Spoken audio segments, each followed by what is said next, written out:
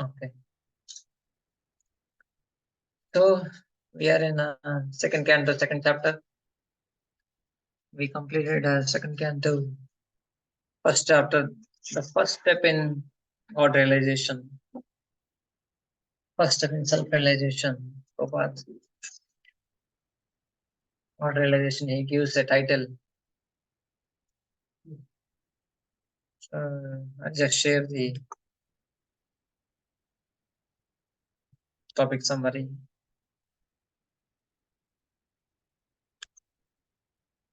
So the first chapter we discussed about Sukadeva Goswami is describing glorifying bhakti in the initial verses 1 to 14.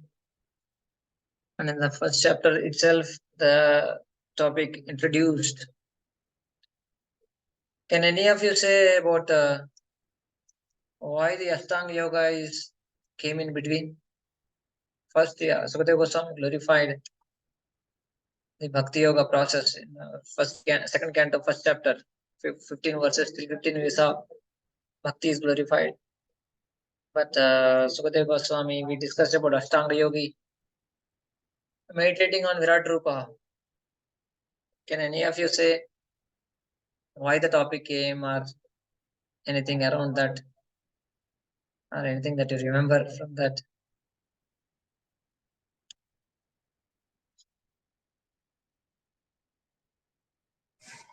Prabhuji, is it because the supremacy of bhakti has to be established? Like Yeah, wonderful. Yeah, that's one of the acharyas, especially Vishwanath Thakur brings out that in that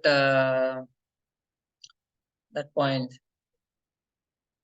he brings out that he wants to establish bhakti. So Sukadeva Goswami wants to establish bhakti.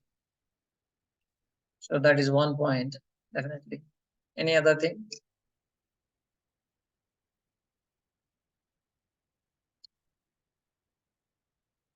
Any other what you want to share? Yeah, Jiva Goswami mentions that some of the audience has a different process itself as the process, as a sadhana for any person who is going to die or any person who is going to, as a duty of a person.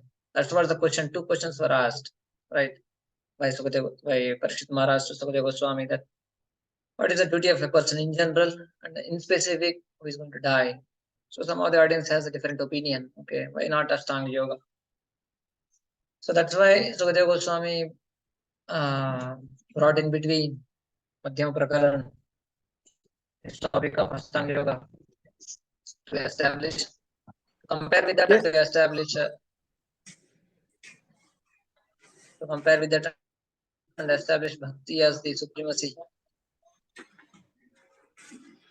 Yes, Prabhuji. So I think even in the beginning we heard that that when Parikshit Maharaj asked question, there was mixed opinion. So therefore they asked Shukadeva Goswami to give the final verdict. Correct. So there are mixed opinions, but Parikshit Maharaj was convinced because he knows different process. But even in between also, one verse comes, he inquires about. We discussed that also. He inquired, what is this dharana? What is this dhyana? What is that dharana process? What is that dharana ashraya? He asked, what is that process? How to achieve? So Acharya's comment that this is only chikir. He's not for chikirsha. Chikirsha means he's not desiring to act on that. He just want to know that, and of course not for himself, but to prove for all the audience that it is the bhakti is the topmost process. So that was we discussed in first chapter, and till end we discussed Vairagya Dharana, how a yogi, Bhakti Mishra yogi, who meditates on the Virat Rupa, how he gradually purifies himself. What is the goal of that Vairagya Dharana? The last words we have seen in text 39 of the first chapter, that he will come to a position where he will meditate on the Paramatma, Samishti Paramatma. Samishti in the sense like overall, it's a Vesti Samishti. Vesti is individual, Samishti is on the whole universal. So the sadhana is a Vairagya Dharana, it's like meditating on the Virat Rupa. Then by doing that, he gradually purifies his heart. He gradually purifies his heart, and then he will come to this Paramatma meditation. That's the goal. So the last verse of the first chapter that says that I'll just show the verse. Yeah. So this is 39th verse, last verse. So he says, Tam Satyam Ananda Nidhim Bhajeta. So by doing the sadhana of Vairajya Dharana, Dharanashaya as the Virat Rupa. So don't be confused by technical words. Vairajya, Virat Rupa, these are all same. Stula. So these are all different terms for Virat Rupa. The gross manifestation of the Supreme Lord.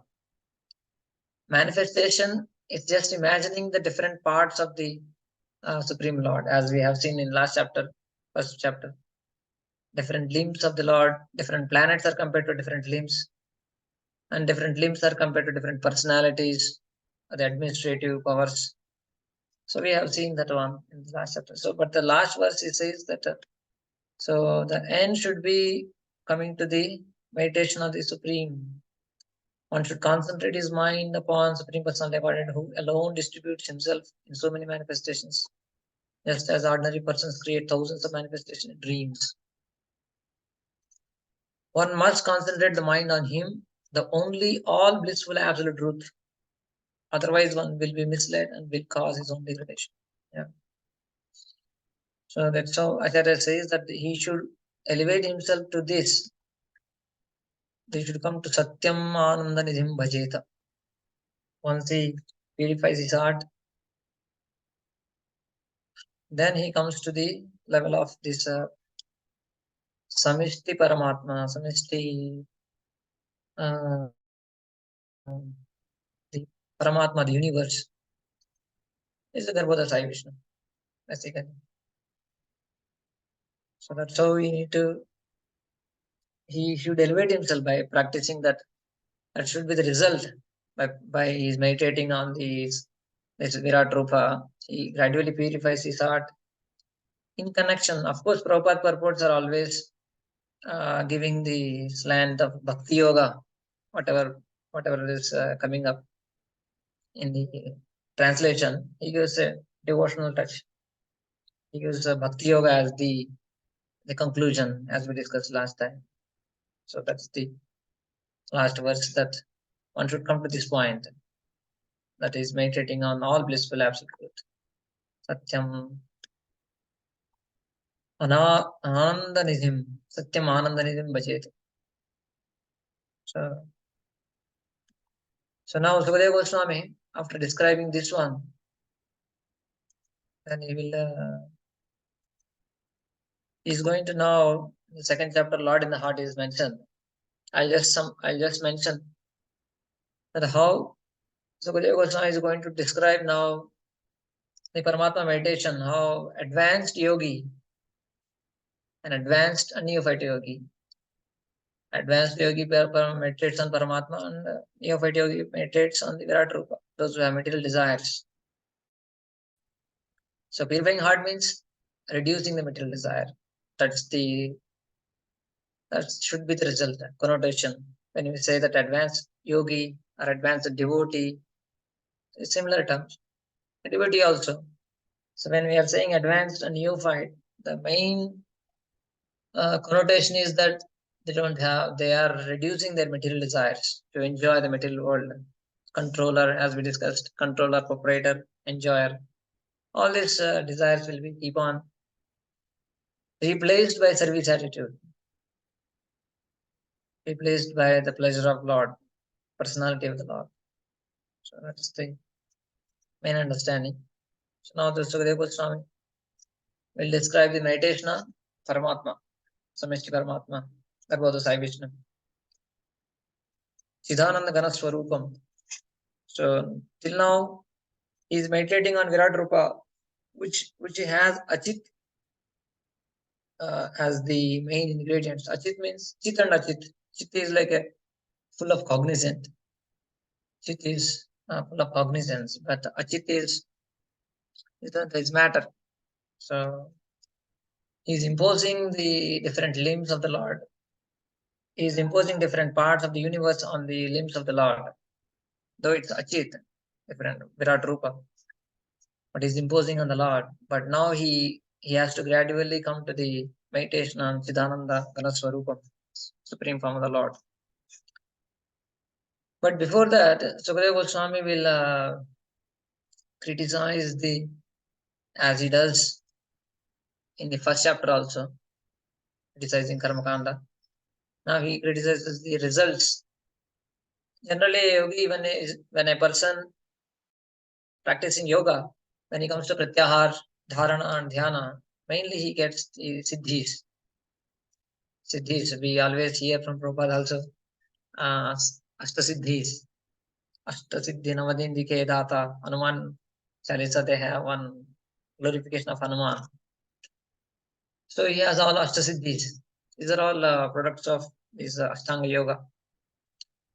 But that is not the result of, that is not the goal of Ashtanga Yoga. They are just byproducts. So yogi should not be attached to these Ashtasiddhis that they are coming in between. That they are like distractions. Just like Bhakti Yoga also. They have many Bhaktiyotta anardhas. We started Bhakti, but the practice of Bhakti itself can give rise to some distractions or some anardhas. That's what Mr. Thakur mentions in Madhuri Kadambini, that what are the anardhas? Just like puja pratishta. The more you practice, the more you become pure, or you are recognized, you are understood, you are distinguished from others. Puja la pratishta. So these are all bhaktiyotta anardhas. So we need to be careful. Similarly, Ashtanga Yoga also. Every process has some kinds of obstacles and distractions. So we need to be careful. Yeah, they are there to solidify us more, to show us what is our sincerity, what is our content, substance, internal content. So we need to be careful everywhere, especially Ashtanga Yoga also, he has to be careful about the siddhis. So while he practicing, he may get siddhis. So one should not be attached to those results. That's what he will criticize in specific, but he will generally, of course, this was the main point, but he generally concludes one should not be attached to the results in the first 7 verses. Then Paramatma meditation continues from 8 to 14. And then the process of how he achieves the perfection that is described in 15 to 32. Same Paramatma meditator, the advanced yogi who meditated on Virat Rupa till now, who advanced in his purification of the art, he came to Paramatma meditation, and how he achieves the perfection of Sahyajya Mukti. Because that is their goal, Sahyajya Mukti only. They wanted to merge in Brahman. That's what Sukadeva Goswami mentions. Their goal, Ashtanga yogis especially. Unless they meet a devotee, their goal is to merge in Brahman. Though they are meditating on the Supreme Lord himself, personality of the Lord himself, still Acharya mentions that because of his unfortunate condition, though he was meditating, he gives up the form of the Lord, but he wants to merge in the Brahman. So that's what is described. The two processes he will describe 15 to 32. How two paths are described. One is Krama Mukti and Sadhya Mukti. The advanced yogi meditating on Paramatma, he will directly achieve liberation by meditating on Paramatma, and he will merge in. We will see that one, and then maybe tomorrow, how he merges in Paramatma, Brahman, after meditating on Supreme Lord. And the person who is not so advanced, Virat Rupa meditation, if he is not purified in his desires, so he will go to another path called Krama Mukti. If he is not purified in the heart, so then he will go through a different process called Krama Mukti. That also gradually he keeps on elevating himself into different planetary systems, and then he purifies the heart gradually, and then finally he enters into Brahman. So these two paths are explained from 15 to 32. How a Ashtanga yogi achieves liberation by Krama Mukti and Sadhya Mukti. Sadhya Mukti means direct liberation. Krama Mukti means gradual, step by step. A neophyte yogi goes by step, an advanced yogi by Sadhya Mukti, direct liberation. And then Sukadeva Goswami concludes, because now he established Ashtanga Yoga and their sadhya. Also, Sukadeva Goswami concludes that compared to all other processes, bhakti is the topmost. And so he again establishes, he glorifies the bhakti first. I'll just show some, I made a small PPT. So in 1.1 to 14, Sukadeva Goswami, bhakti is glorified. How wonderful the Pada Bhakti that was glorified. And 15 to even second chapter 32 till verses, they glorify Ashtanga Yoga. Not glorify exactly, it describes the path of Ashtanga Yoga, just because to compare with and to establish bhakti. And also audience has this kind of idea. Ashtanga Yoga can be a process for a person who is going to die or who is going to as a duty in general. Again, in second chapter last, bhakti will be established by Sukadeva Goswami. That there is no other path more auspicious than bhakti. So that's so. By comparing with the Ashtanga, bhakti is established by Sukadeva Goswami. So this is just a small, short summary of what we are going through. So we go through the contents. So can you please read the summary? Maybe we'll read till 3 sections. We'll read. Let us see how much we can cover. Someone can read.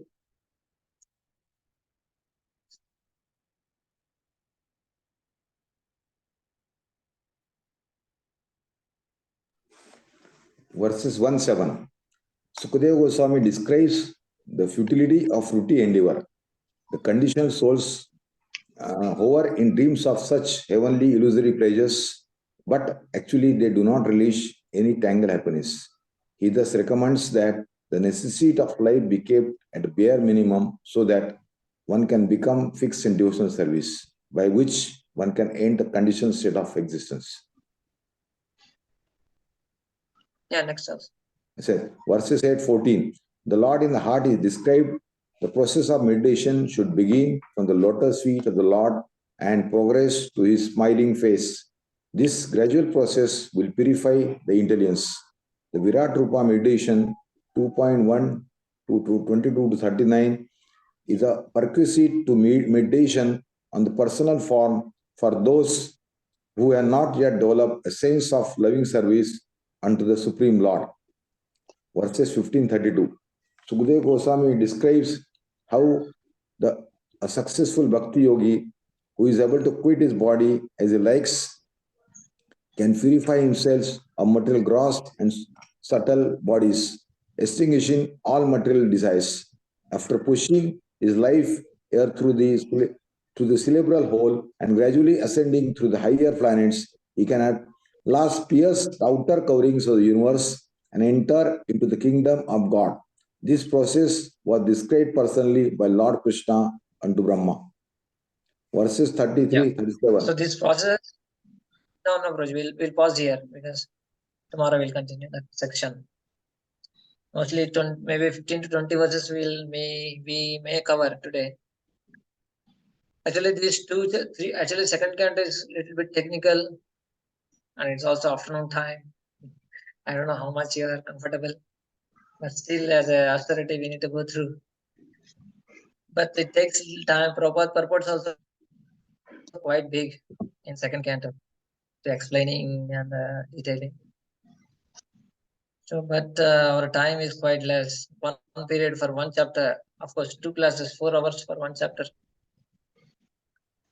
We need to be maybe little quick to cover.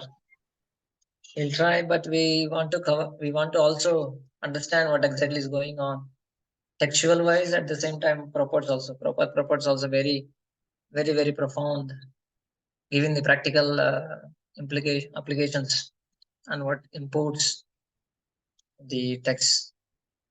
And the text itself, as from the Acharya's point of view, what exactly is going on in the hearts of Sukadeva Goswami, Parishit Maharaj, and the audience. The textual wise also we try to see the connections.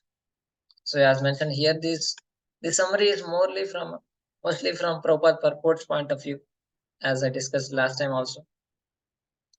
So here fruitive activities, futility of the fruitive endeavors are described. Yeah, because as I mentioned that fruitive mentality, even in yoga, in the sense that to gain the Ashtasiddhis, that is condemned by Sukadeva Goswami. And in general, the verses speak, but in specific, he has this idea to downplay the fruitive mentality of anyone, especially Ashtanga Yogi. So, but in general, he speaks. We will see the verses, beautiful verses there about renunciation.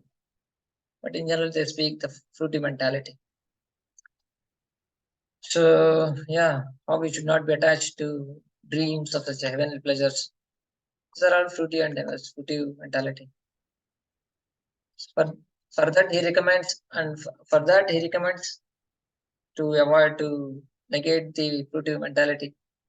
We should live simply. That's the main verses that speak.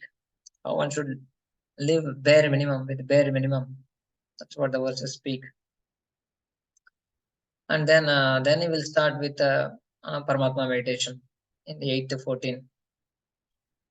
So as Prabhupada, as somebody also mentions, the Virat Rupa meditation is prerequisite to meditation on the personal form for those who have not yet developed a sense of living service. Yeah. So see, this is the first chapter, 22, 39. So this is the prerequisite because his heart is not a clean, neophyte yogi. He has so many material desires to enjoy, but he has some inclination. There is something higher in life. There is something better to know. There is something higher than what is around. So these kinds of inclinations may be there, will be there. So that's how he could take up the process. Even some of us, many of us, might have had some desire in this life or in previous lives. What is this? What is life? Is there something higher? Can there be better life? So these kinds of questions might have been there. So that's what Krishna recognized in the heart, and he brought us in connection with the bhakti process. So that's how the desires, small desires also, though he may have contamination, still he will take up the process. So once he has taken the process, then he has to purify the desires. That's what the main process. So Virat Rupa meditation also is purifying the heart from all these distractions. Then he will come to the meditation on the Supreme Lord. So that will explain. And after the meditation, what he will do, then is explained here. How he passes through different layers of the universe. Okay. I think maybe in this chapter also I may skip the verses. We'll directly go to the translation. Now please read. Translation. Sri Shukadeva Goswami said, formerly prior to the manifestation of the cosmos, Lord Brahma, by meditating on the Virat Roop, regained his lost consciousness by appeasing the Lord. Thus he was able to rebuild the creation as it was before. First pair I can read. Forgetfulness. The example cited herein of Sri Brahmaji as one of the forgetfulness. Brahmaji is the incarnation of one of the mundane attributes of the Lord. Being the incarnation of the passion mode of material nature, he is empowered by the Lord to generate the beautiful material manifestation. Yet, due to his being one of the numerous living entities, he is apt to forget the art of his creative energy. So, the first chapter explained about Virat Rupa meditation. So, is there any example who meditated on Virat Rupa and achieved success? Yes. That is Brahmaji. That's what Prabhupada also mentioned. The example cited here. The example for what? Example for who meditated on Virat Rupa. So Lord Brahma meditated on Virat Rupa, regained his lost consciousness by appeasing Lord. So by meditating on the Virat Rupa, he could gain the consciousness to rebuild the universe. So this is the example for Prabhupada explains how even Brahmaji also forgets after going to sleep. And he regains how to create also. It's a phenomenon of the material world. We go to sleep, we forget everything. Who am I? Where I am living? Where I am sleeping? Whether it's 3 BHK, 5 BHK, or it's a palace, where it's a hut. Once you are deep sleep, I mean, we don't have even identity that I'm sleeping in deep sleep. There's no identity at all. Forget everything else. So that's in one way, it's a mercy of the Lord. But we forget everything. And then, but once again, we wake up, then we remember everything. Okay, I am this, I am that. I need to do that. So everything starts. So similarly, Brahmaji sleeps and then he's unable to exactly understand how to create. Then he meditates on the Lord. Yeah, we have seen, I think you will come across in the future cantos how he creates again and again after everyday sleep. So how to counteract forgetfulness, Prabhupada writes. This forgetfulness of the living being, beginning from Brahma to down to the lowest insignificant ant, is a tendency which can be contracted by meditation on Virat Rupa of the Lord. Now, by seeing anything gross externally, we can remember the Lord. That's Prabhupada's last chapter also. It's a giving indication, alamban. All the external world can inkling, it's kind of inkling to indicate the Lord. These are the eyes of the Lord, sun and moon. We have seen the birds, or the aesthetic sense of the Lord. The music is represented by Gandharvas. So these are all planets, different planets. We have seen all this, but how it applies to Bhakti Yogi? Bhakti Yogi also can. Of course, our main sadhana, in technical terms, our sadhana is what? Are we supposed to meditate from morning to evening? That this is the legs of the Lord, this is the eyes of the Lord. Anyone wants to share? What is our sadhana? Should we chanting and hearing process, basically. From the Lord. Yeah. Thank you. So yeah, our sadhana is ninefold process of devotional service. Shravanam, Kirtanam, Vishnu Smaranam. That's the main sadhana, Bhakti Yoga. But Virat Rupa meditation, he has to keep on connecting everything to the Lord. But we can also apply the principles, as mentioned in 10th chapter of Bhagavad Gita. Prabhasmi Shuryo. We can remember the Lord. That is also remembrance of the Lord. So that can be done, but our main sadhana is chanting and hearing and remembering. This is the 9 process of devotions. I think my computer is in hanging position. But yeah, so that's the first verse that he explains about how Brahmaji is the example for Virat Rupa meditation, who gains his creative power. And then now Karmakanda section, where the fruity mentality. Karmakanda is mainly fruity mentality. That will be in the sense that one should not be attached to the fruitive results, either by Ashtanga Yoga or by karma. That's what Sukadeva Goswami will be established in the fact. By making it how it should be done, our life should be molded in such a way that it should be very simple. That's what he will establish as a process. Yeah. Please read translation. But do not desire heavenly planets. The way of presentation of the Vedic sounds is so bewildering that it directs the intelligence of the people to meaningless things like the heavenly kingdoms. The conditioned souls hover in dreams of such heavenly illusory pleasures, but actually they do not relish any tangible happiness in such places. Yeah. So he is saying, don't desire heavenly planets or fruitive results, either from karma, from karma or Ashtanga Yoga. So we should not be attached to the heavenly kingdoms. So longing for happiness shouldn't let us land in heavenly planets. So this is Shreyas and Prayas. Can you please read the first paragraph? The conditioned soul is always engaged in laying out plans for happiness within the material world, even up to the end of the universal limit. He is not even satisfied with available amenities on this planet Earth, where he has exploited the resources of the nature to the best of his ability. He wants to go to the moon or the planet Venus to exploit resources there. But the Lord has warned us in the Bhagavad Gita 8.16 about the worthlessness of all the innumerable planets of this universe, as well as those planets within other systems.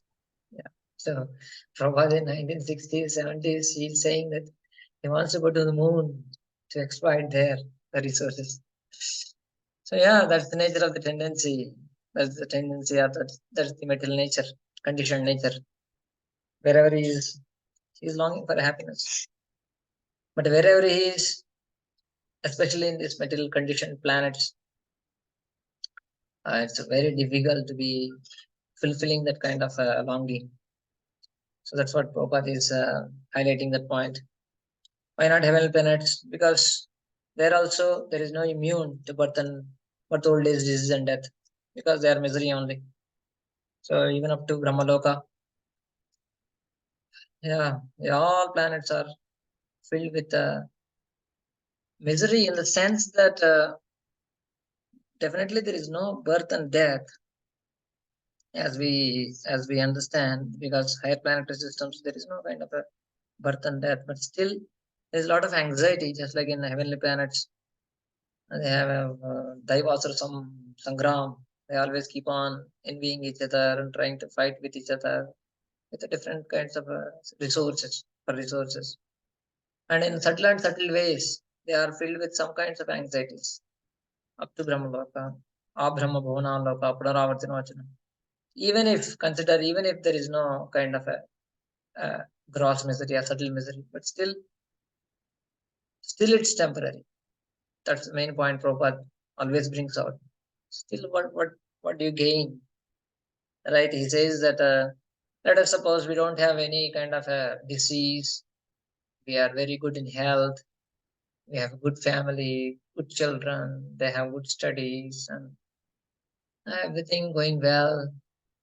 And but still, even if old age, fares well with us without diseases, considering, which is very rare, quite rare. But taking the fact, still Prabhupada says, then again we have to die, again you have to take birth. We may be reaping the previous karma of many lives in this life, but it doesn't give a solution to repeated birth and death. We have to quit this body. We have to again take another body. So the cycle goes on. So intelligent person has to work on the process of breaking the cycle of birth and death. So that's the main point. Though we may have easygoing life, sometimes and many times. But still we need to, in comparison with the highest happiness, it's very insignificant. That's what Prabhupada brings out.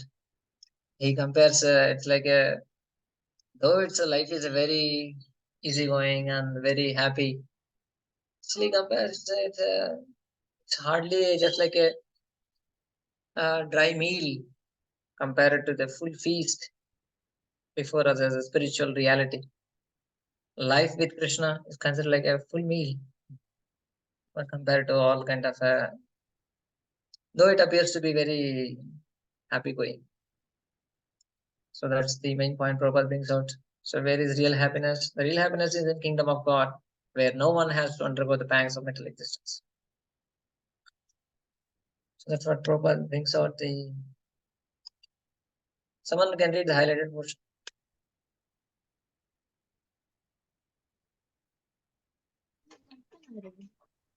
Indirectly, Srila Shukadeva Goswami affirms that Maharaj Parikshit, in the last stage of life, should not desire to transfer himself to the so-called heavenly planets, but should prepare himself for going back home, back to Godhead. Yeah. So the neophyte yogi who was meditating on Virat Rupa has this material desires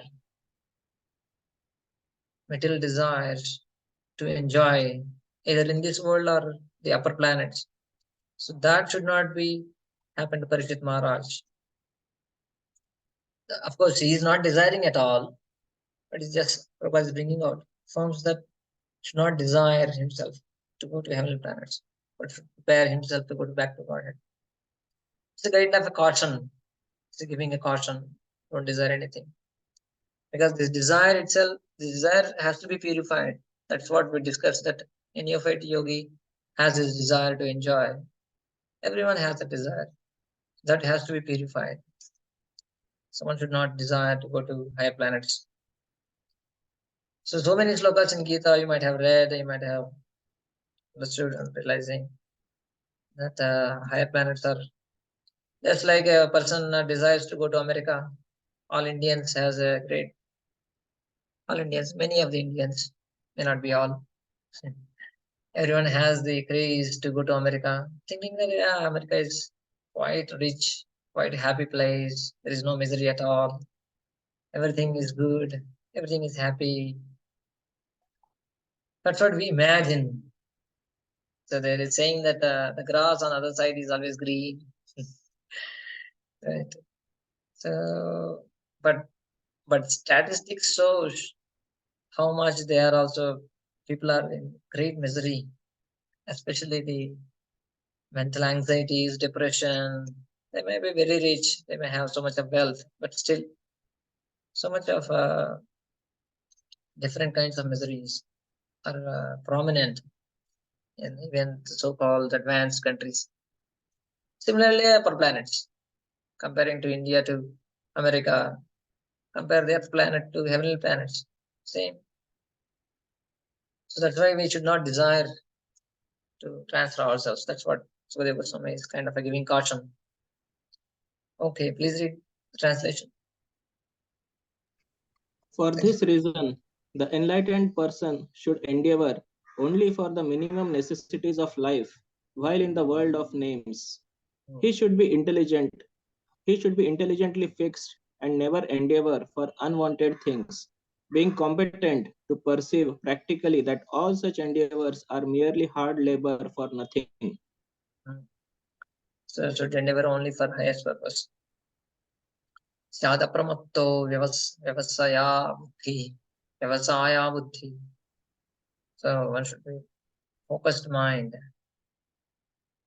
We should not endeavor too much to go to higher planets. Okay. Next verse. Translation. When there are ample earthly flats to lie on, what is the necessity of cots and beds? When one can use his own arms, what is the necessity of pillow? When one can use the palms of his hands, what is the necessity of varieties of utensils?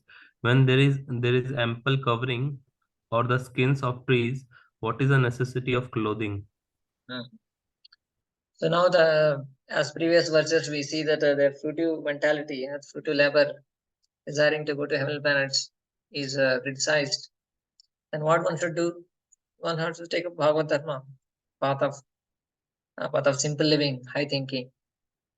So further, Sukadeva Goswami, these are very famous verses in second chapter, Chirani. Of course, Chirani wala next it will come. Satyam Kshetu Kim Kachipo Praya Shair. So yeah, everyone, human energy is wasted in what? In Roti Kapda Makan. He's saying that here, athlete flats to lie on, Makan, to take rest, cots and beds, right? And just to take rest. These palms, where the hands, necessities of varieties of utensils. These are all facilities for Roti Kapda Makan. Yes, facilities just for bodily maintenance. Too much endeavor should not be done. That's what Sukadeva Goswami is mainly emphasizing, that let us not spend too much human energy, which is very rare, which is very special, which is so useful in reviving our original consciousness. So one should not be too much endeavoring for this. That's what he's mentioning here. But Prabhupada is very much emphatic on these points. The necessities of life for protection and comfort of the body must not be unnecessarily increased. Human energy is spoiled in a vain search after such illusory happiness. So Prabhupada compares with how animals don't increase necessities but live a healthy life. That's what Prabhupada is saying. Though we are on a level more advanced than animals, but still we are suffering. Prabhupada says that they are not at all suffering. But they don't spend too much time on economy or this or that or depression. They don't have any kind of all those things, but still they are happy and strong. So that's what Prabhupada says, that we spend our energy in reviving our original Krishna consciousness. So then Prabhupada, please read this point. But does it mean we should be like animals? This does not mean that human civilization should revert to animal life, or that the human being should live naked in the jungles without any culture, education, and sense of morality. So this is not Prabhupada saying, and doesn't mean, okay, Sukadeva is saying that, okay, you can just live under the tree, just like Goswamis, and use farms for collecting food, stay in caves and all. So everyone should go to forest and live like animals? No, he's saying. Prabhupada is saying not like that. So, but the spirit has to be understood. The energy has to be diverted in a different direction. Please read the conclusion. But here, the idea given by Srila Shukdev Goswami is that the reverse energy, reserve energy of human life, which is far superior to that of animals, should simply be utilized for self-realization. Yeah. So that should be utilized for self-realization. So that's the main point, Prabhupada. Now, the energy, time and energy that we have, two resources. I heard one beautiful acronym, FAT, FAT. Facility with some ability and time bound. FAT acronym says that facility with some ability and with a time bound. So human life is a facility and with some ability. Everybody has some abilities, mental, physical, social, PR, artist, many abilities. So many abilities everyone has. Everyone is unique. That's how Krishna bestowed or Krishna empowered everyone to having some uniqueness in everyone. We have some ability and we have time bound. It's a time bound, 60, 50, for 55, whatever. We are time bound. So, but this facility with whatever ability we have, with whatever time we have, we need to utilize all this in Krishna service. Then we are exactly moving towards the ultimate self-realization. Okay, so that relationship has to be revived. That's what Prabhupada emphasizes here. That self-realization energy has to be diverted towards self-realization. Okay, last you can read the confirming the conclusion. Confirming the conclusion. In principle, the so-called comforts of life are not actually helpful for the progressive civilization. Rather, they are detrimental to such progressive life. In practice, in the system of Sanatana Dharma, of 4 divisions of social life and 4 orders of progressive realization, there are ample opportunities and sufficient direction for the happy termination of the progressive life. And the sincere follower are advised therein to accept a voluntary life of renunciation in order to achieve the desired goal of life. When to start the practice, if one is not accustomed to abiding by the life of renunciation and self abnegation from the beginning, one should try to get into the habit at a later stage of life. Yeah. So the conclusion, the energy has to be diverted towards self-realization from the comforts of life. That's what Prabhupada mentioning. They are not helpful for progressive civilization. How to do in practice? Okay, principally mentioned. Okay, but how to do in practice? Yeah, whatever situation we are in. Because Prabhupada mentions always Varnashram Dharma, we need to identify with ourselves, but it's quite difficult in the sense that everyone's quite not clear about what is their identity and what they need to do. Maybe a bit difficult in the Kali Yuga with all kinds of confusions.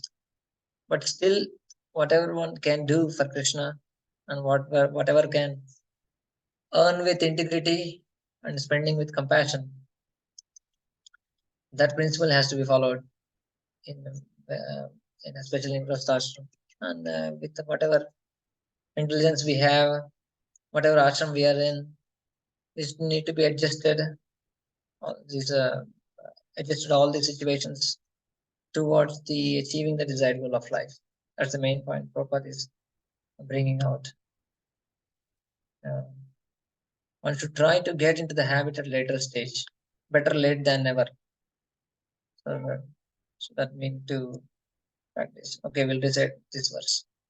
Chirani kim patina santi dishanti bhikshan naivangripa parabrut sarito ashushyan ruddha guha kim ajito vatinopasannan kasmat bhajanti kavayo dhanadurmadhandhan. Please read.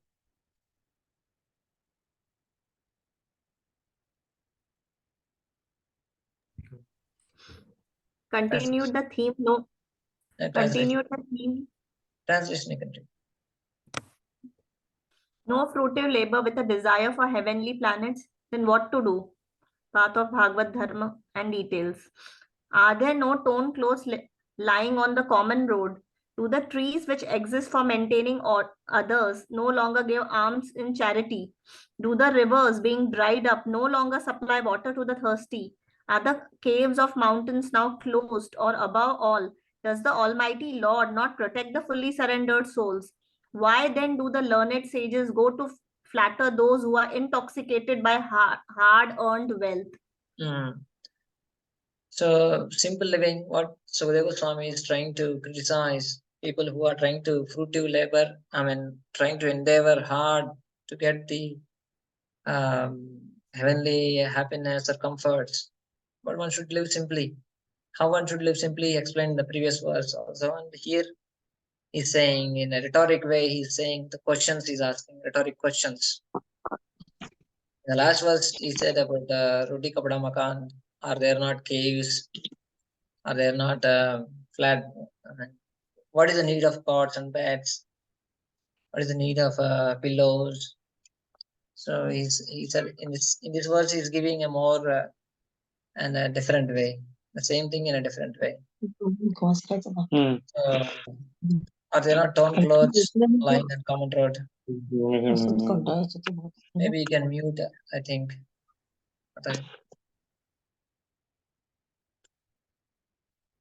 Yeah, he's saying, are there no clothes, torn clothes lying in common road?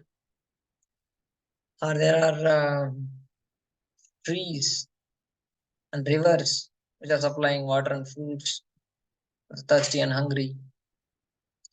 And there are caves. Caves are not there. Our caves are closed. Those who want to take rest. Does the Almighty Lord does not protect the fully surrendered souls? Why we need to flatter these people for all facilities? So that's what he's saying. One should not too much bothered about. That's the main spirit that is asking all these rhetoric questions. So Prabhupada brings out the relationship between renounced lord and householders. Of course, the theme of maintaining the spirit, Prabhupada gives this topic. So there are renounced people has to live simply in the sense depending on the Lord, just like so Goswamis. They were living under trees, and they were practically, the verse is speaking about Goswamis. They were wearing torn clothes which are thrown away by Brajvasis. They were begging alms, whatever they get. They were living under the tree or in the caves. So they were living like that. That's the simple life. But everyone should live like that? No. But as previous verses also we have seen that whatever position we are in, we are trying to utilize the time and energy as much as possible in service of the Lord and for our self-realization. Renounced Lord is a parasite. That's the main question Prabhupada brings out. Then what is the purpose of renounced order? Because the whole verses, these 2-3 verses are saying about how one should practice renunciation in terms of even physically. That's what is the level of renunciation Prabhupada is bringing out here. Renounced order. So very much sannyasis, especially brahmacharis and sannyasis, how they should, what is their driving force should for their life. Renounced order of life is meant for contributing something substantial to society and not depending on the earnings of the householders. So that's the main principle that one should live. All the acharyas have shown this example. Those who are in order, they have shown this example of contributing to society, trying to give the message of, just like we are now in December marathon, everyone is trying to distribute books, contributing something to society. Of course, householders also are in the renounced order in one sense, because they are also following rules and regulations. That is the renunciation. It is a part of renunciation, definitely. So they may have some facilities, but those who are practicing bhakti are renounced order only. So it applies to everyone in one sense. So we need to contribute to something substantial society, and we are not too much depending on what the material civilization to offer, gadgets and everything. Definitely we are utilizing whatever we can, but still we are trying to focus on our time and energy on Krishna. The first duty of a person in one's order of life is to contribute some literary work. Prabhupada and Bhaktivedanta Swami Prabhupada, they are always focused, especially six Goswamis. Prabhupada brings out this point. They used to hold learned discourses among themselves. So the renounced order of life aimed at benefiting human society and not at living a comfortable or irresponsible life at the cost of us. Yeah, that's the main principle. He must have firm faith and conviction that the Supreme Lord is the maintainer of all living beings everywhere in the universe. So when he said, okay, why can't they live in caves? So one may say that, how can I live in cave? There will be tigers, there will be some other ferocious animals. They will come and eat me. If the person says, then then Sukadeva Goswami is saying, Are, is there not Lord living in the heart of the tiger and the heart of the devotee?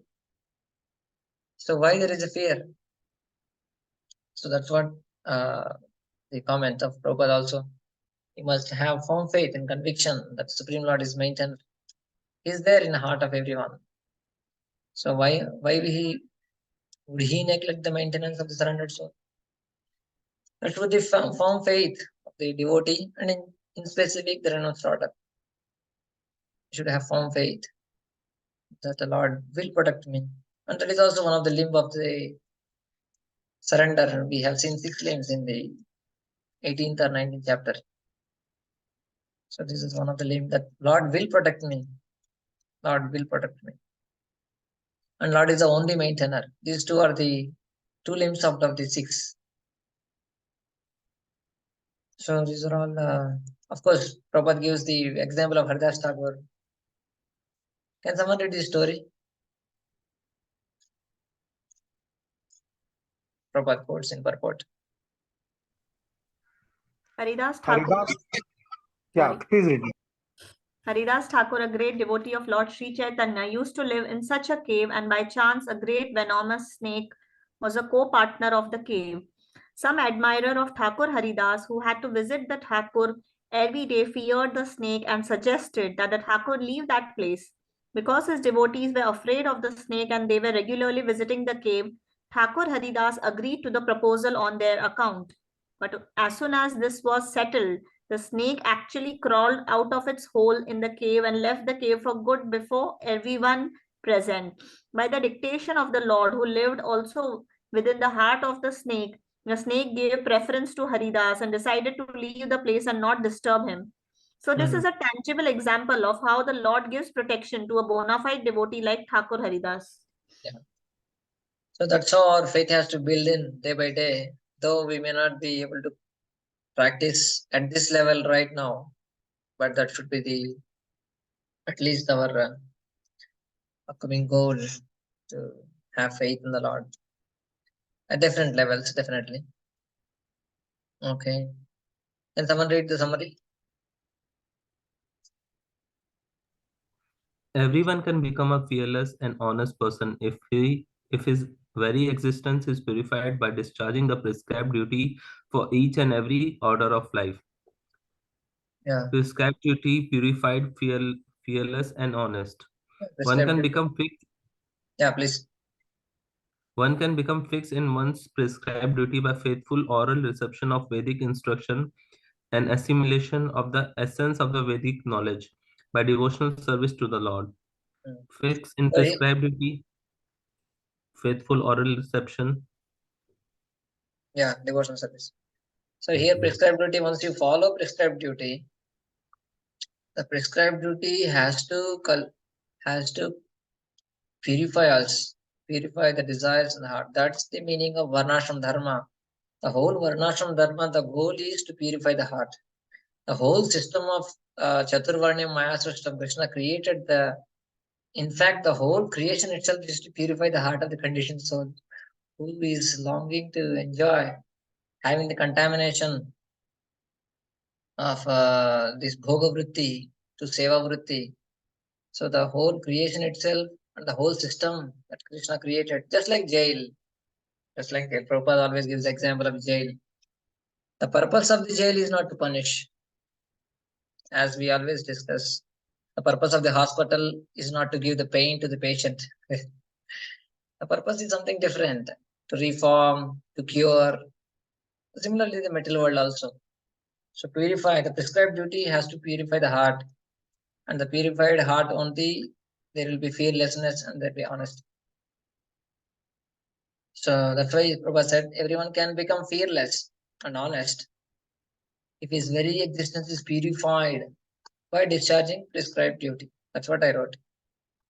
So whoever may be, you keep on practicing, we keep on practicing, not you. Whichever ashram we are in, we keep on doing our duty. So that duty will purify us. And then we come to the stage of that kind of realization. Purified heart means we gradually realize the presence of Krishna in our hearts. Then the fearlessness and then the honesty that comes forth. So yeah, second point also same.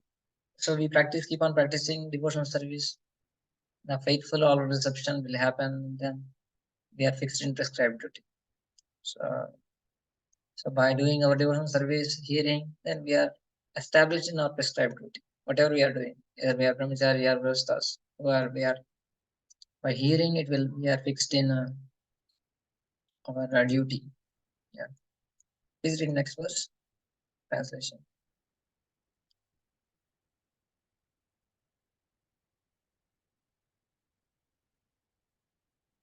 Yeah. Thus, being fixed, one must render service unto the super soul, situated in one's own heart by his omnipotency, because he is the Almighty Personality of Godhead, eternal and unlimited.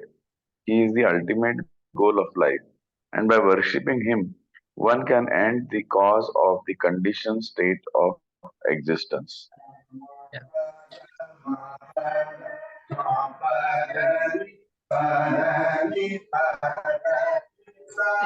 You can mute yours. You can mute your audio.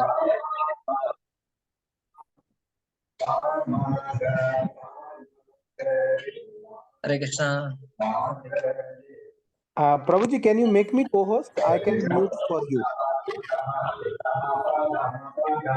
Can you please make me co-host? Yeah. Can you make me co-host, Prabhuji? Yeah.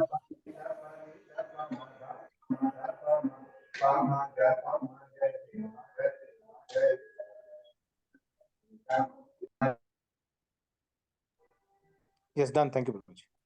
Done. Okay, so the verses are going in the line where is bringing out the simplicity of path of the Bhagavad Dharma, not the path of enjoyment, of fruitive labor. So then what to do, Bhagavad Dharma? We explained 5-6 verses we are explaining. So Krishna Thakur is saying that, is it necessary for the yogi to search out the ingredients for the worshipping of the Lord? This verse answers. So he should start meditating. So avoiding the fruitive mentality in the process.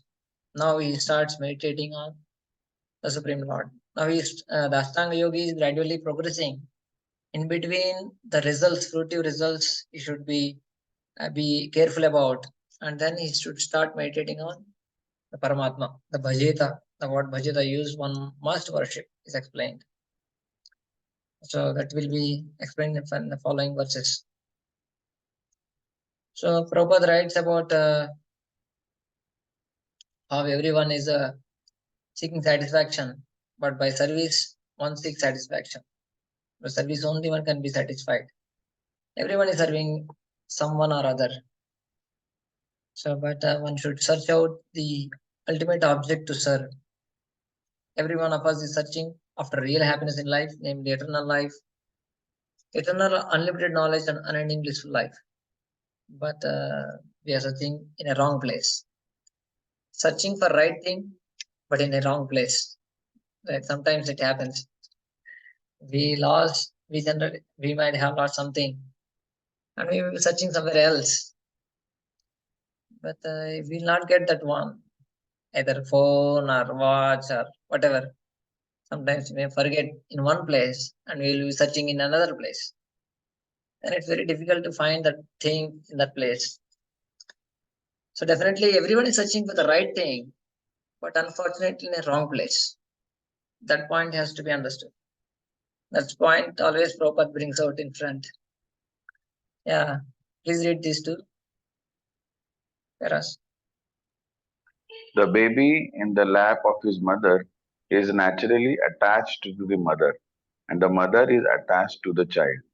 But when the child grows up and becomes overwhelmed by circumstances, he gradually becomes detached from the mother, although the mother always expects some sort of service from the grown up child and is equally affectionate toward her child, even though the child is forgetful. Similarly, because we are all part and parcel of the Lord is always affectionate to us, and He always tries to get us back home, back to Godhead. But we, the conditioned soul, do not care for Him and run instead after the illusory bodily connections. We must therefore extricate, extricate ourselves from all illusory connections of the world and seek reunion with the Lord, trying to render service unto Him because He is the ultimate truth. Actually, we are hankering after Him as the child seeks the mother. And to search out the Supreme Personality of Godhead, we need not go anywhere else because the Lord is within our hearts.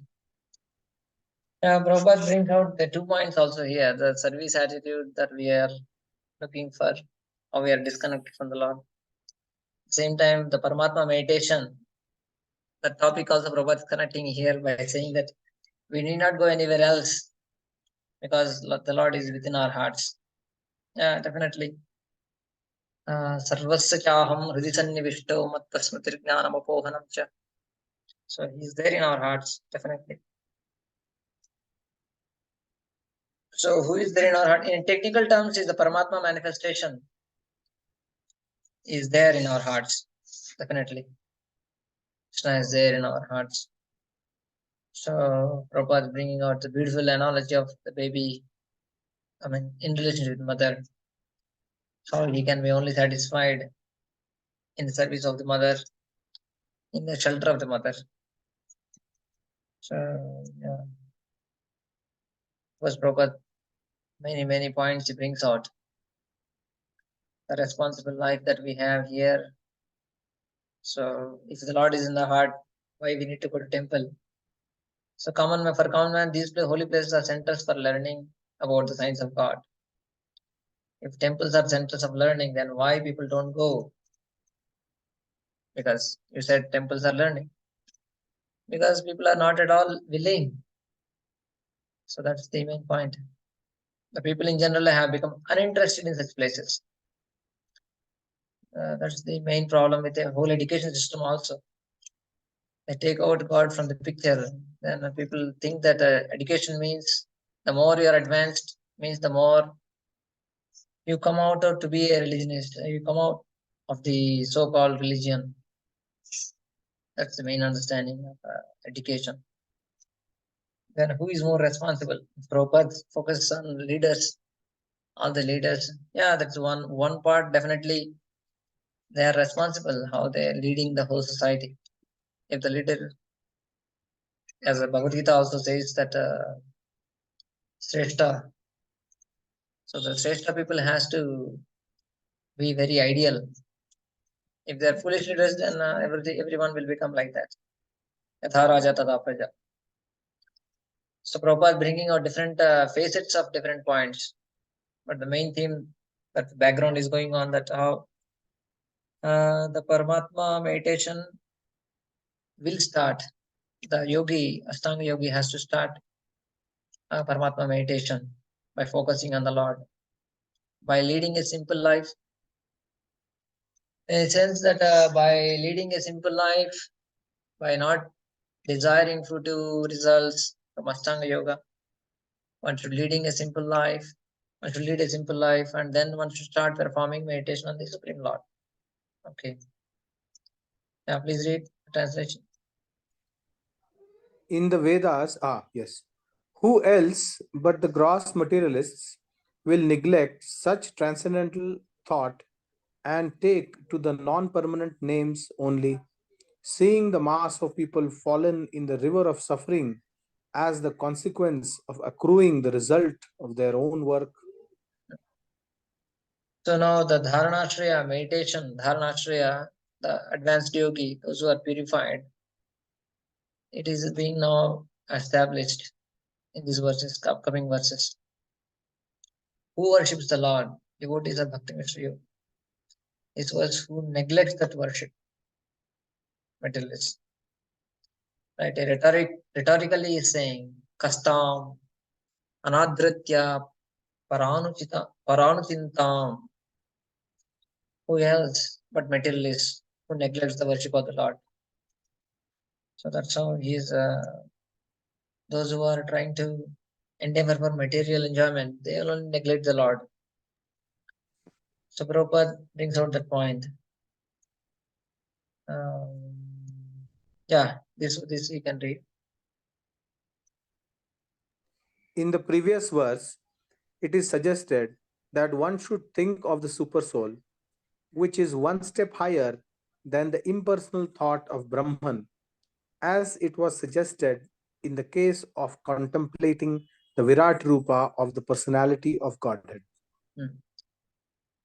So this is the connection Prabhupada is bringing out, that now he should start moving towards think of super soul, Paramatma, Siddhananda, Sidghana Swarupa. Because Virat Rupa is not exact, not Chit Swarupa, but it is Achit Swarupa. So, but he should have one step higher than the impersonal thought of Brahman. So that has to one should meditate on. Prabhupada gives a beautiful example here. Please read. But no one is happy in this material world, and all of them are either class A, B, or C prisoners, suffering because of their own deeds. The Lord is impartial to all circumstances of the sufferings of the living entities, but to one who takes shelter at his lotus feet, the Lord gives proper protection, and he takes such a living entity back home, back to himself. So everyone is suffering, but want to start meditating. The point of meditation on the Supreme Lord, Prabhupada gives his import in the sense that let us serve the Lord. So in that sense, why we suffer here? Though we may be A class, class A, class B, or class C prisoners, just like in a train we have different classes, sleepers, 2S, SL, and AC car, and 3-tier, 2-tier. Though the train is going on the same 2 tracks, and started from same destination, started from same station and going towards the same destination, but there are different classes. If one is too much bothered, too much worried about these, then it will not be very, especially here. So one should focus on Supreme Lord meditation. One should focus on Supreme Lord. That's the main point. Okay. Now please read. Next 8. Others conceive of the person of Godhead residing within the body in the region of the heart and measuring only 8 inches, with 4 hands carrying a lotus, a wheel of a chariot, a conch sail, and a club respectively. So now the presence of Paramatma and his form is explained. The yogi has to meditate on. Having shown bhakti and presence in 6th verse and absence in 7th verse, Srila Goswami now speaks again about the process of dharana for yogis on the form of Paramatma, which is superior to universal form, Virat Rupa. Universal form is Virat Rupa, previously described. So how bhakti will be affecting, how its absence of bhakti, one will be distracted, one will be materially, is living his life. Now he is saying about Paramatma, exactly now a description will come. What is how the yogi meditates on Paramatma. So I have one question. Yes. We have 3 things: Virat Rupa, Brahman, and the Paramatma. So what is the order of increase, like which is better than which? Better in the sense for us, definitely we are into Shravanam Kirtanam as a sadhana. Last time as we discussed. But theoretically, like as we discussed last time, the sadhana and sadhya. So for sadhana, Virat Rupa is like this material manifestation he is considered imposed on the Supreme Lord's limbs. That is the sadhana for a neophyte Ashtanga yogi. That is one level. That is a material creation only. Okay. But So I was thinking that impersonal Brahman and Virat Rupa, which is better to meditate? For whom? For the yogi. That was not recommended. See, there are recommendations from the Lord himself. We will see in 32 verse. These two paths, when they are recommending by Krishna or by the Shastras, for the neophyte, it's recommended to meditate on Virat Rupa. And his goal is Brahman realization. It's not, there is no kind of a Brahman meditation. He will achieve the goal of Brahman realization in the end. So for that, the process is Virat Rupa meditation for neophyte yogi. And when he advances, he comes to Paramatma yogi meditation. Both these processes conclude in Brahman realization or merging in Brahman. That is the main goal of Ashtanga Yoga. So once he perfected his process, he keeps on meditating on Brahman. Even after Paramatma realization, he will still merge, Prabhuji? That's the unfortunate, that's what Acharyas brought out the point. What you mentioned is a beautiful question. So that's what Acharyas, especially Vishwanath Chakravarti mentions, though he is meditating on such a beautiful Satchidananda Vigraha form of the Lord, but unfortunately that he uses the Paramatma as a hook only, and later when he comes to the Brahman realization, he gives it up. That's the unfortunate yogi. That's what the comment of the Acharya. That's the how it happens. I mean, it's quite difficult to explain. That's what Acharyas mentioned. Especially Vishnu Chakravarti mentioned this same point, that what you brought out, that how after meditating the Supreme Lord's beautiful form, how he's giving up and trying to have the desire to Brahman merging. That's everyone has their individuality. Free will is the key point of living unity. So, Prabhuji, actually, before coming to Krishna Consciousness, maybe 20 years ago, I had read one book of a yogi. That is, this Paramahansa Yogananda. So in that book also he writes, he got a vision of the form of the Lord because he's a yogi. But then ultimately he chooses, samadhi and, meditation. That is the only thing he chooses. Yeah, that's what. That's what these are bona fide processes. Now the verse will come in the maybe 32nd or 31st verse will come where Sukadeva himself says that these two paths are explained by Krishna to Brahma. So these are bona fide processes. There is nothing called concoctions. But still, that's the nature of living entity. He has his own free will to desire and to choose. That he wanted to merge in. What attracts, that I cannot explain. Yeah, but that some of the yogis may prefer to be merging in Brahman, because we don't have neither experience of Paramatma nor experience of Brahman. We may not be able to, but still the beauty of the Lord, the beauty of kingdom of the Lord are far, far better than the experience of Brahman. That's what many of the examples, not only in Shastra also, in Sukadeva Swami himself also in the Srimad Bhagavatam established. So definitely the form of the Lord, the beauty of the Lord, the activities of the Lord are far, far better than the Brahman realization.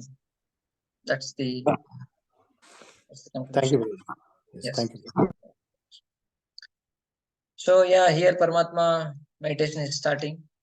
What is the form of the Lord? He's saying the 8 inches. Of course, it's an indication, measuring only 8 inches of the size of the Lord. The 4 hands carrying a lotus, wheel of the chariot, and conch and club respectively. Prabhupada brings out the form of the Lord. Different forms he explains based on the positions of the Shankha Chakra Gada Padma. Based on these 4 positions, he explains different forms of the Lord, different names of the Lord, Purushottama, Achyuta, Nrsimha, etc. So these are all mentioned by Prabhupada in his purport. Okay. Please read. Translation 9. His mouth expressed his happiness, his eyes spread like the petal of a lotus, and his garments yellow like the saffron of a kadam flower are bedecked with valuable jewels. These ornaments are all made of gold, set with jewels, and he wears a glowing headdress and earrings. Yeah. So the Lord is staying in our hearts also with all these beautiful ornaments and with special jewels, dresses, flowers, right? Though he's staying in our hearts, but still it's quite a unfortunate situation that we are unable to perceive him. Mother Pingala says a beautiful verse. Maybe next time I'll try to share with you, where she says that I am so unfortunate that Lord is staying next to me, but I left him and serving so many people of the world. So unfortunate I am. So that's a beautiful words to meditate on for everyone. Yeah, but though Lord is staying in our hearts, it's quite we are covered over so much of ignorance. All these modes, especially modes, are covering us, not the Lord. So when we have day-to-day experience, just like when we can't see the sun, it doesn't mean that sun is covered, right? I mean, our eyes are covered by the clouds or by whatever objects or the obstacles in between. Because sun is so big, how can sun be covered? We are covered. So similarly, when we are unable to perceive the Lord, means we are covered by Ichcha Dvesha Samuttena Dvandva Mohena Bharata. That's what Prabhupada mentions. Because of our Ichcha and Dvesha, we are being covered over. Okay, Mataji, I think you have some question, please. Yes, Prabhuji. Prabhuji, normally, like we think that there is a Sudarshan Chakra in the hand of the Lord, but here it is mentioned that there is a wheel of a chariot. Which verse you are talking about? 8th one. 8th one. Yeah.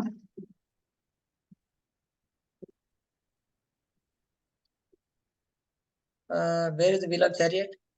Actually, in the translation.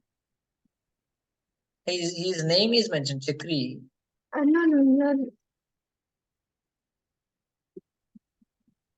Verse Kejit, so the Hantar.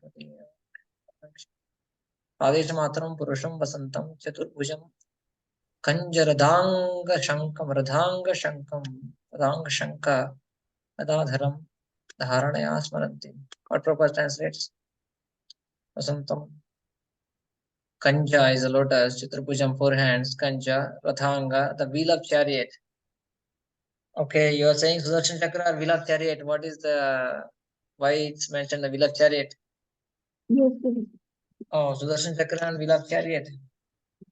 Maybe both are. I need to check exactly why it's mentioned as the Sudarshan Chakra or wheel of chariot, Radhanga.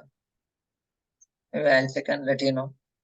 But yes, it's generally Sudarshan Chakra is mentioned. Sudarshan Chakra he carries.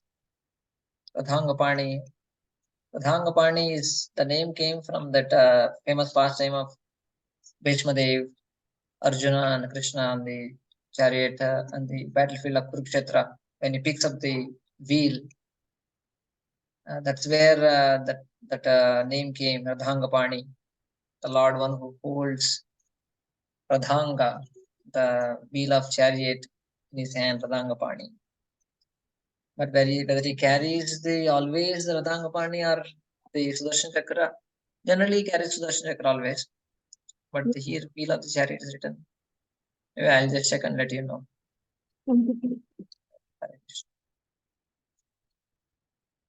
Yeah. Text 10. Please read.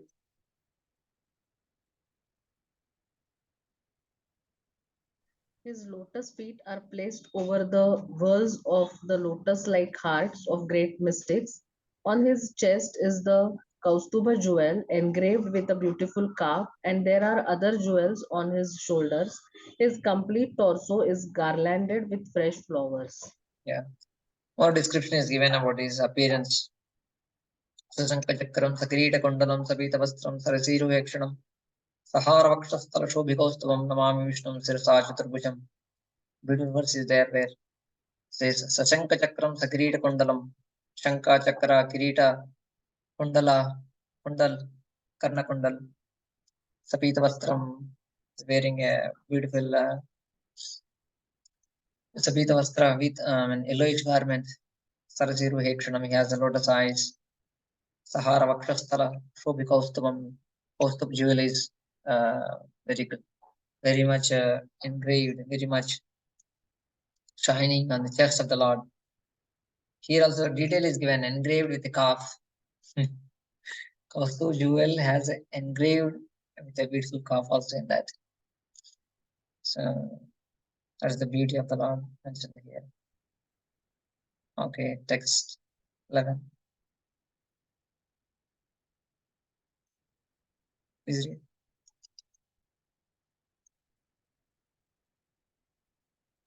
He is well decorated with an ornamental wreath about his waist and rings, studded with valuable jewels on his fingers.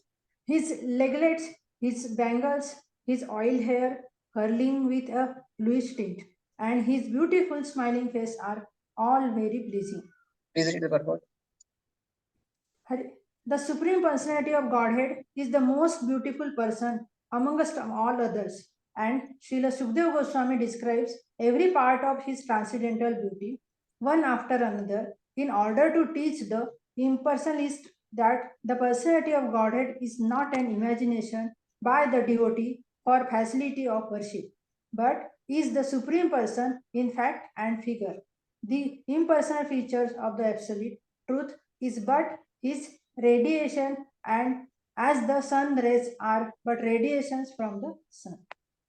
So here, the philosophical aspects of the personality of Godhead, 3 features are mentioned: Brahman, Paramatma, and Bhagavan. But beauty of the Lord is unparalleled.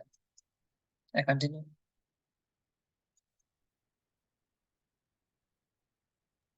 The Lord's magnanimous pastimes and the glowing glancing of his smiling face are all indications of his extensive benedictions. One must therefore concentrate on this transcendental form of the Lord as long as the mind can be fixed on him by meditation. So here, Prabhupada brings out the point: what is object of meditation? Brahman or Supreme Lord. Yeah, wherever chance is there, Prabhupada brings out that impersonal meditation on Brahman, and then defeats about how the beauty of the Lord is far better than the meditation on Brahman. It is not the authentic statement in Bhagavatam regarding the positive concentration on the mind on the actual form of the Lord. Please read highlighted portion. To the neophyte, the great acharyas offers the same advantage by installing deities in the temples. The neophyte can then come to the temples and directly concentrate upon the Lord by looking at his deity form, Archamurti. This form of the Lord is equivalent to that described here by Srila Sukadeva Goswami, who factually realized the Lord after hearing directly from his great father, Srila Vyasadeva. So Prabhupada here giving out the import to our application. That so definitely one is meditating on in the heart, but we can be, especially as a devotees, we meditate on the Achamurti by worshipping him, by glorifying him, by taking darshan. So that's Prabhupada bringing out that we, to the neophyte, the great acharyas offer the same advantage. So because yeah, of course, Prabhupada many places, many purports, the deity worship is very much emphasized for everyone to purify our eyes, purify our senses, worshipping the Lord, decorating the Lord, serving the Lord, offering praise to the Lord. So many things you might have read and heard in an OD, Nectar of Devotion also. It's a wonderful process. A deity in the temple is authentic because he is installed not according to imagination, but following the instructions of the revealed scriptures. Therefore, the iconoclast should not try to banish temple worship and risk turning society towards theism. Yeah. Prabhupada is very much criticizing those who are propagating the impersonalism. There are many societies in India. You might have experience also the propagation of Brahman realization or impersonal light is the main goal for them. Yeah, but Prabhupada establishes the meditation on the Supreme Lord. The first processional step must show its effect by Ananthanivrutti.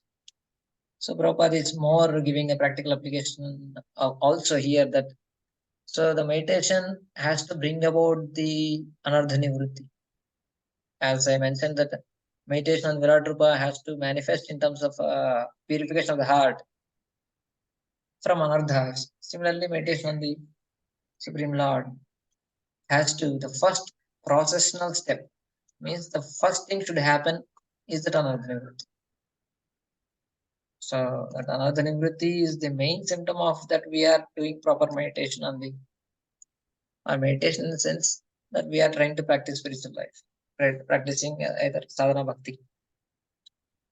So the most prominent among that is material enjoyment, gross and subtle forms of the desires of gross and subtle form of sex, like Prabhupada mentioning. Gross and subtle is like a profit, adoration, and distinction.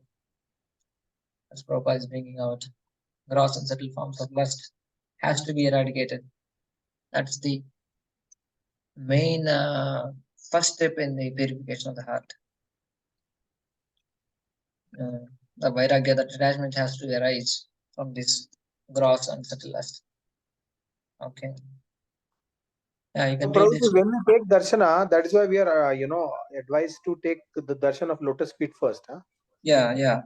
Like Anartha first we must have. Correct.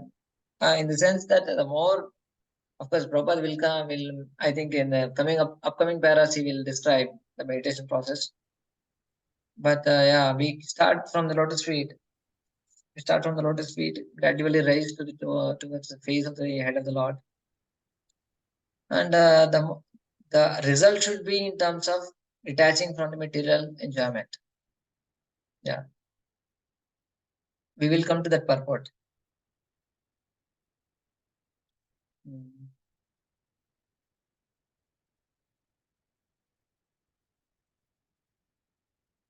Please read this one. I think here only, this para only starts here from.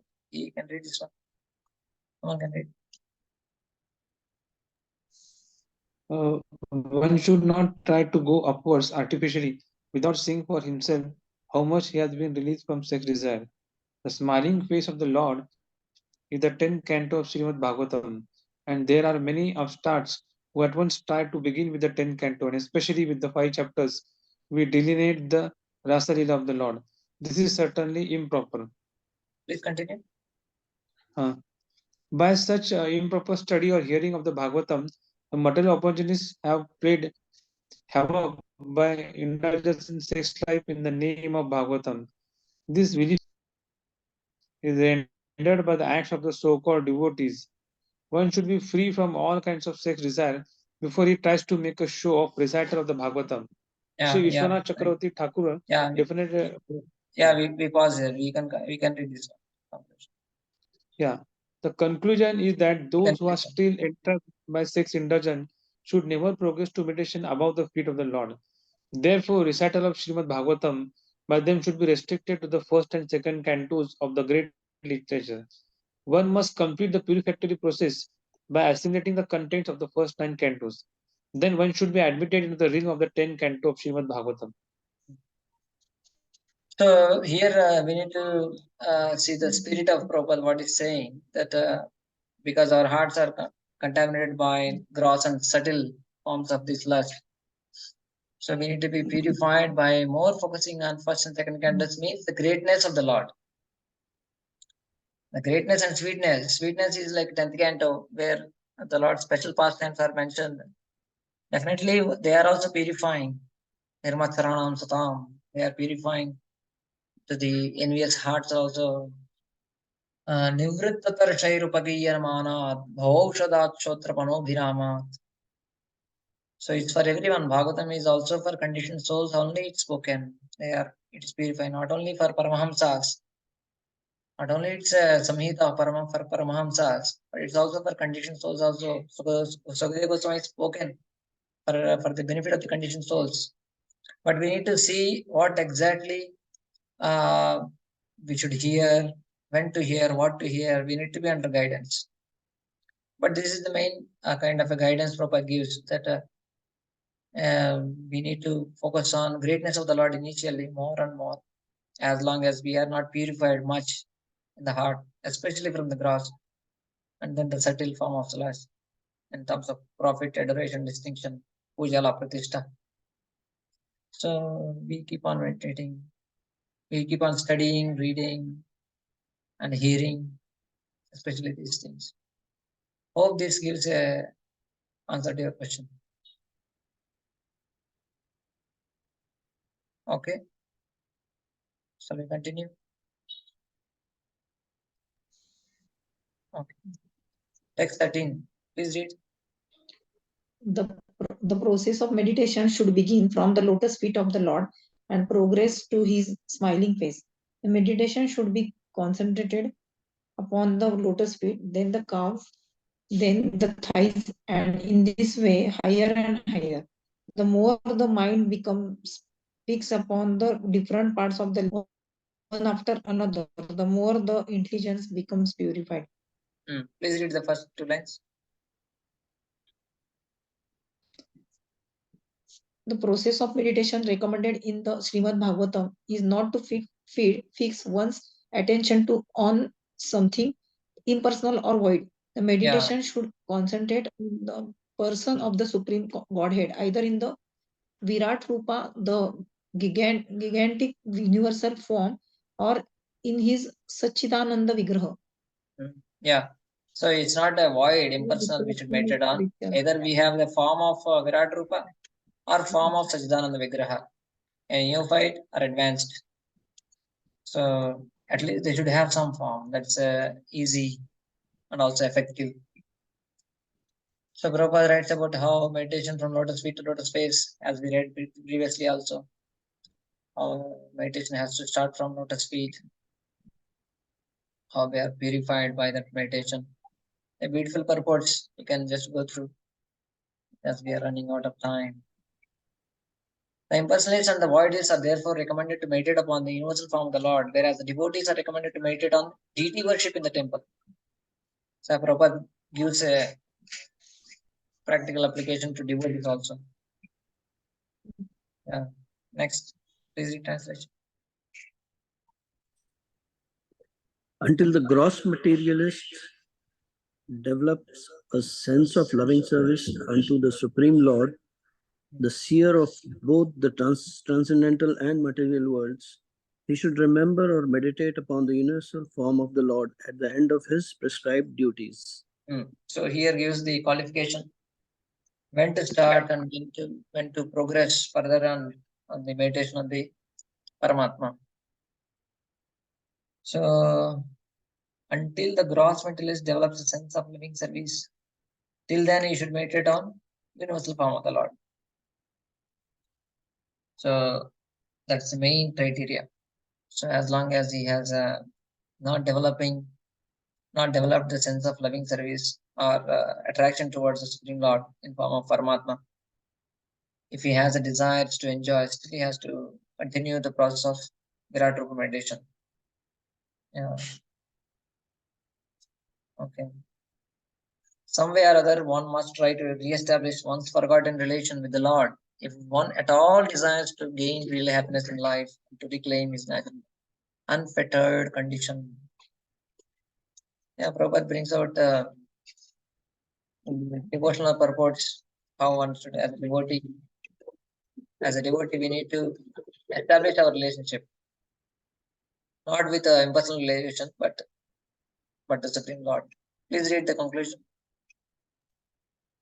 Without such meditation on God, either personal or impersonal, all good qualities of the human being becomes covered with the misconceptions regarding his constitutional position, and without such advanced knowledge, the whole world becomes a hell for the human being.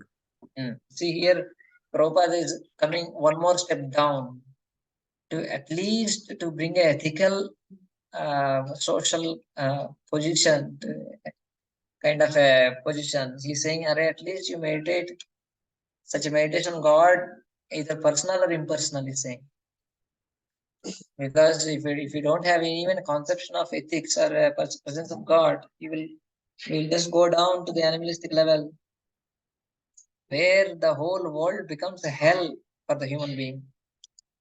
So Prabhupada at different levels, he gives different understandings and different applications. So it's an amazing way of Prabhupada offering at different levels practical things, practical effects on society also. Because he's saying here, one is advised here with meditation on Virata, meditate upon Virat Rupa specified in the previous chapter in order to understand how the different planets, seas, mountains, rivers, birds, bees, human beings, demigods, all that we can conceive are but different parts of the limbs of the Virat form. This sort of thinking is also a type of meditation on absolute truth.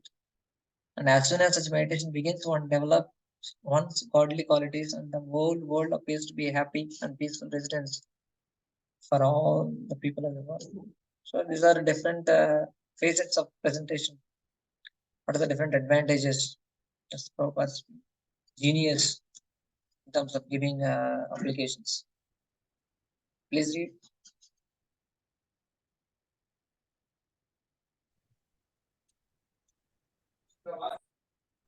O King, whenever the yogi desires to leave this planet of human beings, he should not be perplexed about the proper time or place, but should comfortably sit without being disturbed, and regulating the life air should control the senses by the mind.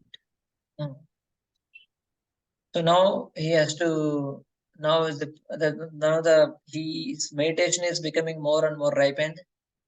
Now he is coming to the point of leaving the body. So what happens to before leaving the body? Now is explained. The practice of yoga is tested at the time of leaving the body, right? Of course, that is the devotional application. But even the yogi has to have a particular kind of thinking process, meditation while leaving the body. That is explained. He should not be perplexed about proper time or place, in the sense that he is fixed in the meditation, Paramatma meditation.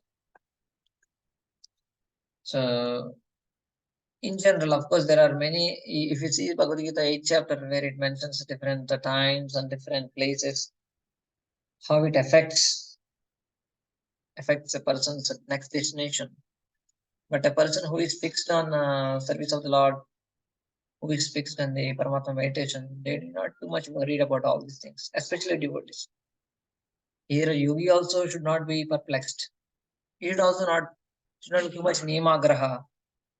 There is niyamagraha and niyamagraha, right? You might have read in NOI. Person doesn't understand, person doesn't follow rules and regulations. Niyamagraha, those things we are not supposed to be done.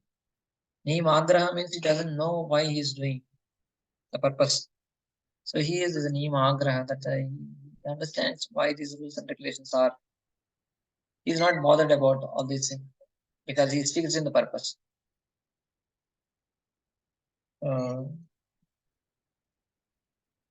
Yeah. Of course, Prabhupada brings out from the devotees. Devotees do not need to seek an opportune moment to leave present body. But those who are mixed devotees, alloyed with fruitive action or empirical philosophical speculation, require an opportune moment for quitting this body. For them, the opportune moments are stated in Bhagavad Gita 8:23-26. Yeah, the advanced yogi or advanced devotee, they don't too much bother about all these times and places. But there are preferences, as you might have known, as you might have seen also. Many devotees, especially acharyas, They may have specific preferences to go to Vrindavan or specific places to leave their bodies. That is more of a attraction or their inclination towards the Lord. We should not think, okay, he's attached, he's thinking about particular place and all. No, we should not think like that. Okay. Please read.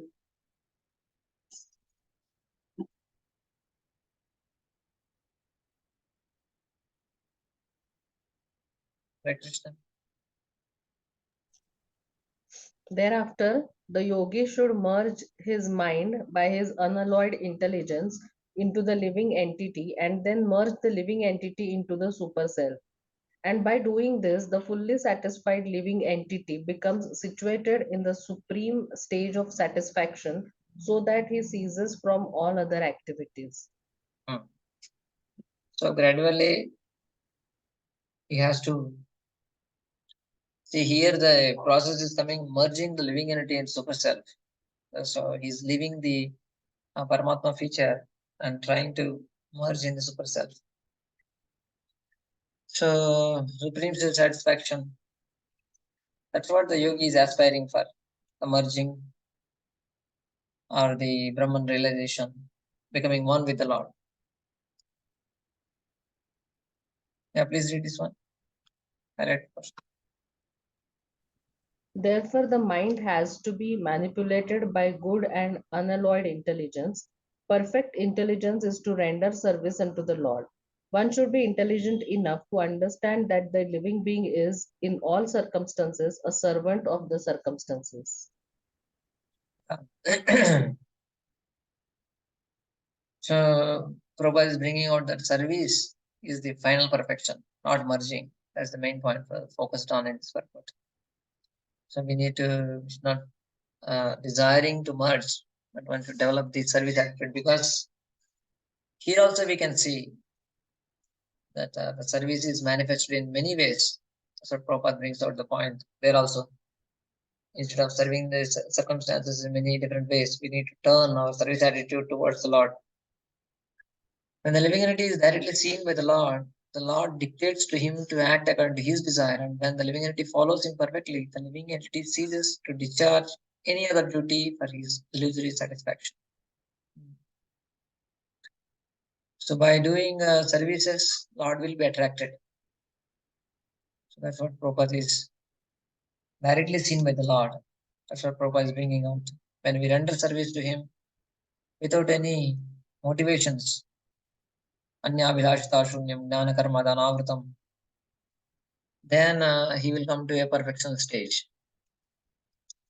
That is a devotional stage, but here in Ashtanga Yoga, that stage is called Labdhopashanti, in the sense that a perfectional stage. That is a technical term. Please read this translation.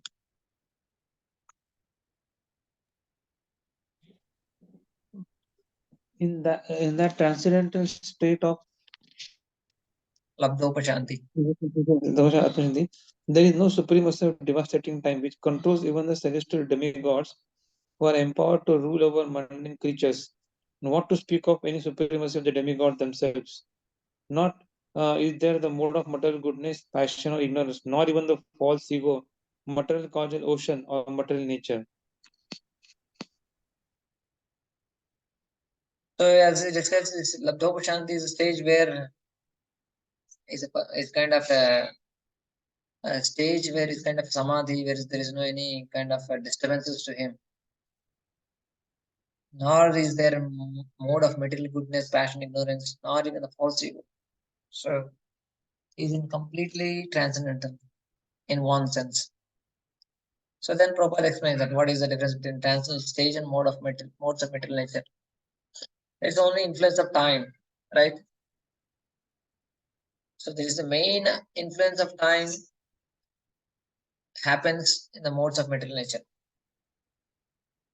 So at the transcendental stage, in the sense that like in spiritual world, the influence of time in terms of degradation, it is not there.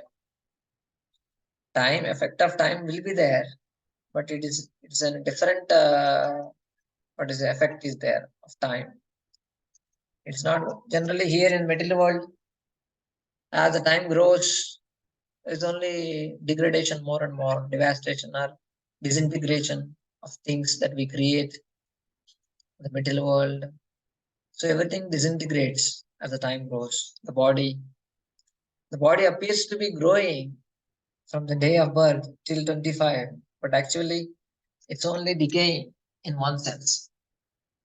So it goes on decaying more and more. So the influence of time is very much, is not seen grossly, but so subtle. Time is so subtle that it appears that nothing is happening to the body. Right? You all have your own experiences, right? We are all in this particular body for 20, 30, 40, 50, 60, whatever the age that we went through. And there is nothing, we don't feel there is a sudden change. Such a subtle change is there with time. You don't even perceive, just like a growth of a tree. It's so subtle that we can't perceive the growth. Similarly, the body. So that's the amazing arrangement of the Lord. The influence of time is there, but still we can't perceive it. But we should know it. That, but at the transcendental level, there is no influence of time. Time has a different effect in transcendental world, spiritual world. That's what Prabhupada brings out, the effect of time and the effect of false ego. Whether it's big purport. The Vaikuntha planets are also forms of eternity, bliss, and knowledge. Therefore, the devotees of the Lord who are admitted to the abode of the Lord also get the bodies of the eternity, bliss, and knowledge. As such, there is no difference between one and another. Yeah. So, when we transfer to the Labdhopashanti for the Ashtanga Yogi, where he is not all being disturbed by the remotes or the influences of this world, he's almost kind of achieved his Brahman realization. Similarly, for a devotee, when he's transferred to the Vaikuntha planets, he's not influenced by all this time and the three modes of material nature. He also gets the same kind of body, just like the Lord. This is Prabhupada's bringing out the point. And we'll conclude with this verse, 18th verse. Please read.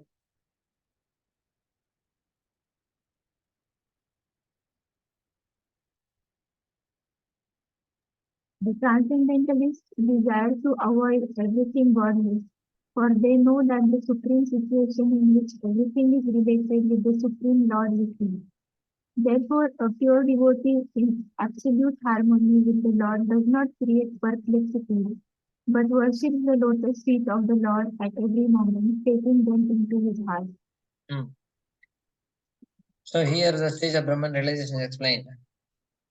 For the Ashtanga Yogi, of course, Prabhupada focuses on that Parampadam, the word that comes in Sloka, Parampadam.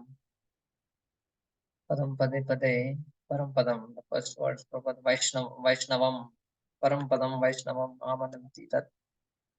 So what is that Parampadam? In the devotional terms, he explains more and more of Vaikuntha, the Krishna's abode, and how pure devotees achieve that Parampadam, not the non-devotees and debauchees who doesn't care for the Lord. They don't achieve the Parampadam, the supreme abode. So the non-devotees and debauchees are completely excluded from the list of transcendentalists by the presentation of this particular verse by Shukadeva Goswami. So they will not achieve that Parampadam. So then Prabhupada focus on again on Brahmajyoti and Parampadam reference. Though it's not different from the Lord, but it's not aspired for by the devotee. So okay, we'll pause here. We may have one question, 1 or 2 minutes we have. We'll try to address, or we will take pause here. Hare Krishna, Prabhuji, I have one question. Please.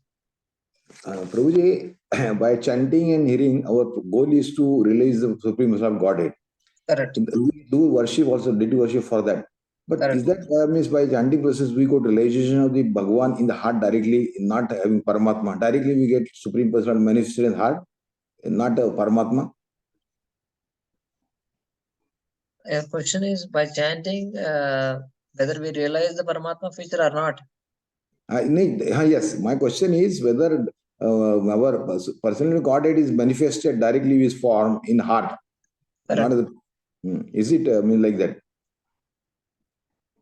No, Lord is in the manifest. Lord is always there in everyone's heart. Yeah. But we are unable to access now. Yes. So that's why he manifested as Acha Vigraha to give us an opportunity to render some service to him. So the more we keep on practicing the limbs of Bhakti, Shravanam, Kirtanam, Vishnu Smaranam, Archanam, so all this when we keep on doing, so the beautiful form of the Lord will manifest to our heart, in the heart also, externally also. That's what we hear in Damodara Ashtakam. The devotee was aspired, Satyavata Muni is saying that please manifest in my heart and also to my eyes. In the 6th verse, he says that please manifest in before my eyes. So definitely, Lord, based on the desire of the devotee, he will manifest in the heart and he can manifest also before the eyes of the devotee. That is the prema level where the devotee sees that form of the Lord. Yeah, like that. As we, the more anadhani vritti, nishta, ruchi, asakti, bhava and prema, where bhava level he may revealing his features of nama, rupa and guna, lila in the heart. But at the stage of prema, he will reveal before the eyes of the devotee. He will be able to perceive with this, not with the material eyes, but he will manifest his spiritual form with special features before the devotee. Is that making some sense? Okay, thank you, Prabhu. Thank you. Okay, we'll pause here. Srila Prabhupada ki jai, Grandhara Srimad Bhagavatam ki jai. Hare Krishna.